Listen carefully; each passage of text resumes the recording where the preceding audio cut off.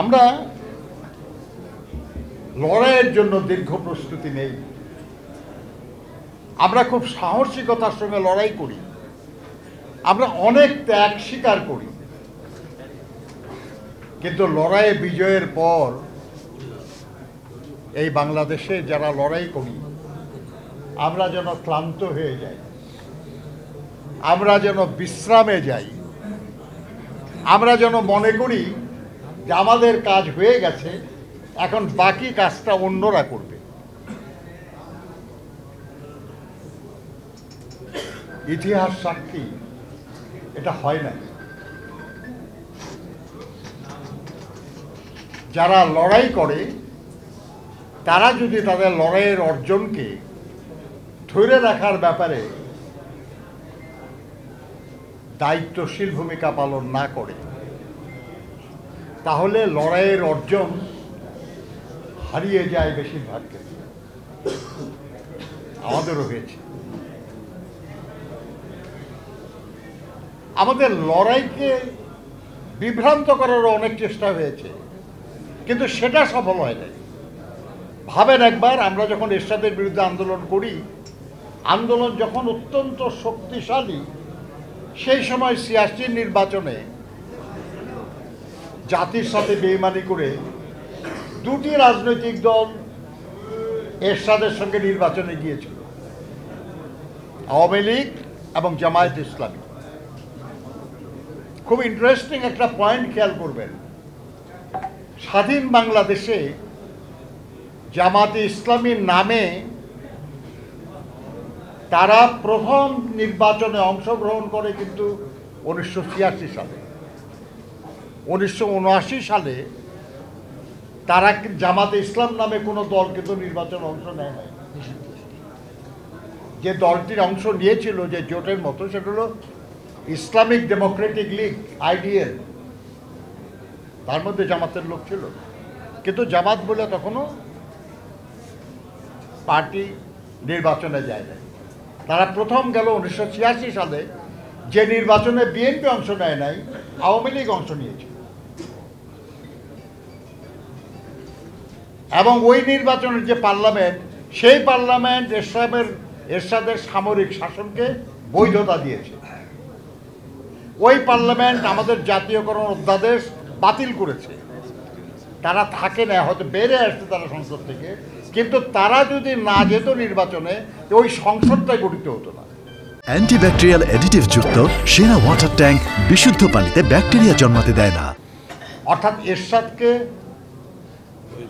তার জীবন বাড়িয়ে দিয়েছে যারা ওই নির্বাচনে অংশগ্রহণ করেছে তারা।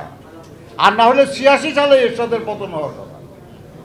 এই যে ৮৭, ৮৮, ৮৯, ৯০, 4টা বছর তার জীবন বাড়িয়ে দেওয়া হয়েছে। এর মূল্য তো পেয়েছে, যারা এই জীবন বাড়িয়ে দিয়েছে তারা এই মূল্য পেয়েছে।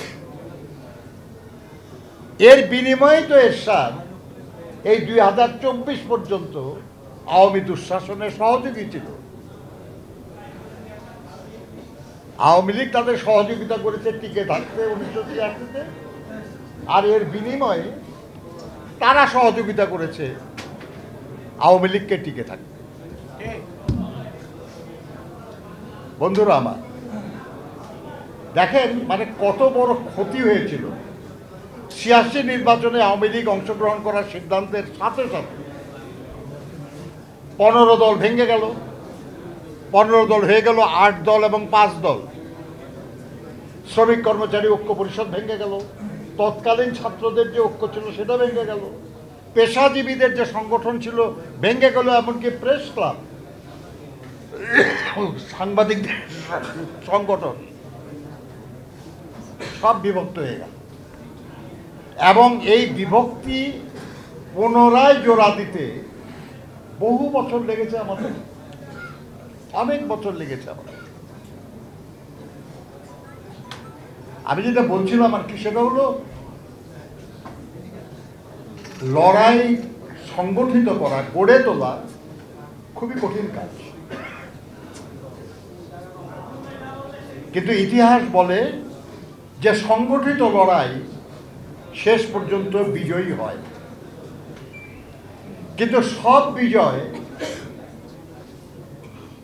ফলপ্রসূ হবে, সব বিজয় যারা লড়াই করে তাদের আকাঙ্ক্ষা পূরণ করবে, এটা ঠিক না, করে না। এবং এটা না করার অন্যতম কারণ যে যারা এই লড়াই করে তারা লড়াইয়ের পরে এই বিজয়কে ধরে রাখার জন্য তাদের ভূমিকাটা ঠিকমতো পালন করে না। নিজেদের স্বার্থে অনেকেই বিজয়কে কুক্ষিগত করার চেষ্টা করে, মনে করে যে এই বিজয় সম্পূর্ণই তার, এই বিজয়ে যে আরো অনেকের অংশগ্রহণ আছে, এই বিজয়ে যে আরো অনেকেই সঙ্গী আছে, এগুলো অনেকেই তখন মনে রাখতে চায় না। আপনি ধরেন আমার এই হাতটা দিয়ে যে তলবাড়িতে ধরে আছি, এটা দিয়ে আমার প্রতিপক্ষের মুন্ড কেটে ফেললাম, এটা সত্য কথা যে আমি আমার শত্রুর মুন্ডপাত করেছি, তাকে হত্যা করেছি, এবং তার হত্যার ফলে আমার বিজয় সূচিত হয়েছে, এই নিয়ে কোনো সন্দেহ নাই। এর জন্য তার সমস্ত প্রশংসা আপনাকে আমি করতে রাজি আছি, হাতকে করতে রাজি আছি। কিন্তু যে পা তাকে সেখানে নিয়ে গেল, যে চোখ তার শত্রুকে চিনিয়ে দিল, যে মস্তিষ্ক তাকে এই বুদ্ধি দিল যে কখন কিভাবে শত্রুকে আঘাত করতে হবে, তাদের কারো কি কোনো গুরুত্ব নাই? তাদের এই অংশগ্রহণের কোনো মূল্য নাই?